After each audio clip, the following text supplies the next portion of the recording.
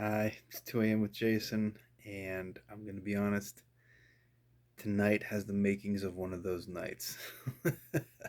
I, it's 10 o'clock, or 10 something, and let's just say for the last hour, I have been putting Ezra to sleep. It should not have taken this long. In fact, he was falling asleep about 9:10. He was on the verge, on the edge. Things were looking good. And yet, he has a brother, a 5-year-old brother, and they share a room. They share a bed. And it's a full size bed and plenty of room. And yet, and Parks is a tremendously hard sleeper. Uh, but um, let me go back a little bit.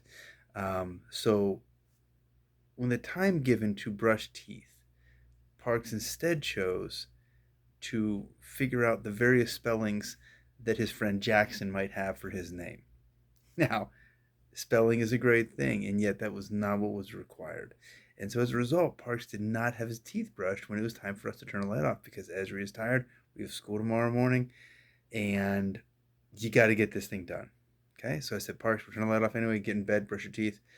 We get in bed. I start, rubbing Ezra's hair and his chin and rubbing his arms because that helps him just kind of calm down and get ready for sleep. And it's something with kids with Down syndrome. And so I start rubbing him and I'm not hearing any brushing.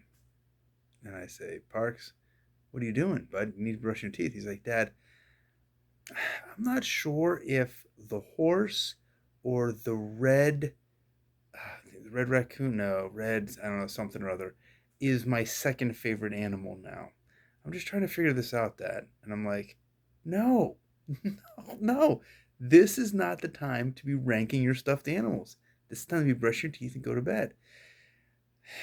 Yeah, Dad, but I just really think I need to figure this out because, like, this. I said, no, no, no, look. I'm trying to get your brother. We have school in the morning. Ezra's gonna be up at 5 anyway. We need to get this done. At which point I decided, you know what, it's gonna be better at Parks. Why don't you just go to the bathroom, finish brushing your teeth? Do not go see your mother. Go to the bathroom, finish brushing your teeth, and and then come back in quietly when you're done. He leaves. He is gone for maybe 2 minutes, maybe 3 minutes. But in that time, Ezra's on the edge of sleep. His eyes were closed. He's getting in that sweet spot. Then Parks comes back. He proceeds to jump on his side of the bed, throw a pillow that he didn't want onto Ezri, start bouncing around, and Ezri is awake. It's not good. It's not good for anyone. And at this point, I am frustrated beyond because, as I just said here, it's another 50 minutes of trying to get Ez back to sleep now. In fact, I did get him back to sleep. I came back out here about 9:40, and Ez was not quite asleep enough, I guess, and came out. So another 20 minutes down.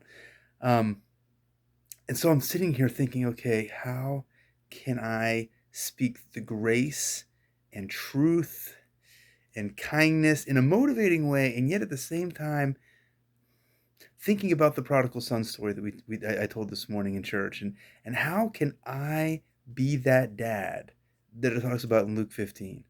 How can I be the father that is saying, I love you, boy, and I want you back because I don't know. I don't know where Parks is going to be down the road. As much as I want to do everything I can to as Proverbs 22:6 says, train up a child in the way they should go, and when they're old, they won't depart from it. As much as I want that to be the case, the reality is I can't control that. The truth is I can only lead him to Jesus. I can't make sure that he stays there.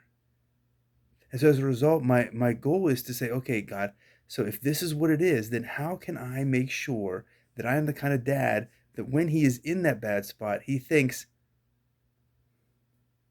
maybe there's hope going back to dad? How can I do that? And so that is my challenge, and that's kind of my challenge for you as well, is how can you be the person that even when Maybe it's not your kids, maybe it's your grandkids, maybe it's your spouse, maybe it's the people at work. I don't know who the people are that you need to hear this for.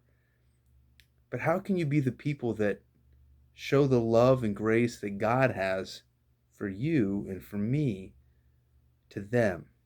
So when they are feeling hopeless, they can say, man, that is someone I can go to. That is someone who believes in me, who cares about me, who will help me and walk beside me. How can we be that person?